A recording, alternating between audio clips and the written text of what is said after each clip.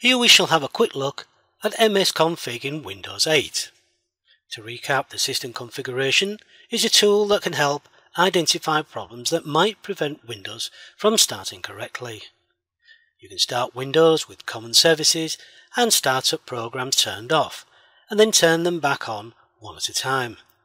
If a problem doesn't occur when a service is turned off, but occurs when that service is turned on, then the service could be the cause of the problem. System configuration is intended to find and isolate problems, but it's not meant as a startup management program. To permanently remove or turn off programs or services that run at startup, you should use the uninstall or change a program. To access the Msconfig, you will need to open Run. To do this, you can right-click on the Start button, then click on Run. Or use shortcut keys, holding down the Windows key and pressing the R key once. This should have opened up the Run application in Msconfig, then press Enter. Once again, this is not case sensitive. This is not too much different to what we have already seen.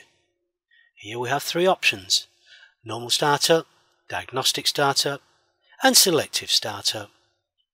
The Diagnostic Startup starts Windows with the basic services and drivers only, so applications installed on startup will not run. By choosing this option, you can rule out basic Windows files as the problem. If the problem is no longer present, we can choose the third option, Selective Startup.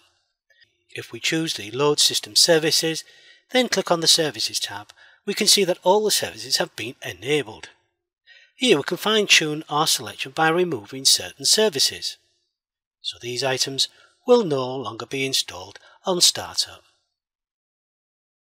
If we return to the General tab, we can see the tick is now a square, indicating that not all services have been enabled. Of course, if the problem still remains, we can reverse our selection by removing the square or tick against the Load System Services. Now if we click on the Service tab, we can see all the services have been disabled, but we can now add individual services. A service can be thought of something that other programs and applications use from time to time. An example we can see here, Windows Audio. So you may be running an application that requires sound, so during this period this service will be in use. Another quick example is the Bluetooth support service. This is in use when we connect Bluetooth devices to the PC. Some applications that are installed will also install additional services for them to run. So here we have an option to hide all Microsoft services, leaving only third-party services running. In our example, we have no third-party services running. We should be aware that disabling services that normally run at startup might cause some programs to malfunction or result in system instability. Don't disable services in this list unless you know they are not essential to your computer's operation. Selecting Disable All won't disable some secure Microsoft services required for the operating system to start. The Load Startup Items options is similar, but these are programs or applications that are installed when Windows initializes and are currently running. If we select this, then the Startup tab, it prompts us to open the Task Manager. This shows us here that on the startup an application was installed and still running.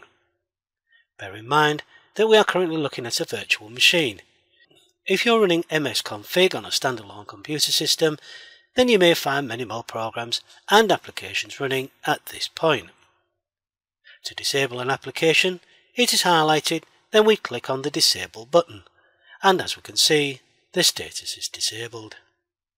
This means this application will not run when Windows restarts. This is very useful, since if the operating system has become unstable or the blue screen of death appears randomly, we have the opportunity to narrow down our search on the program or application that is causing the problem. Another equally important point, should the system become infected with a virus or malware, we can disable it. Remember to select the first option, Normal Startup, when the diagnostics have been completed. Other options can be found in the Boot tab. We could, for instance, have a computer with 2 or more operating systems installed. If this is the case when the computer boots, it will wait a predetermined time. In this example it is 30 seconds before the first or the default operating is installed, if one of the other operating systems is not selected. We can even prioritize the operating systems. As an example, a computer may have Windows and Linux installed, with Windows the default operating system. But we can, if the need be, allow the computer to run the Linux in preference. We also have many other options for booting the system. Full explanation of these can be found at the Microsoft website should you need further information. Finally, the Tools tab contains useful tools such as computer management,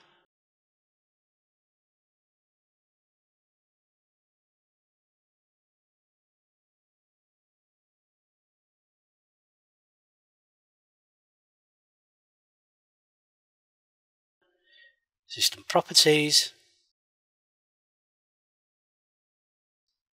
and the command prompts that gives you easy access to these and many more utilities.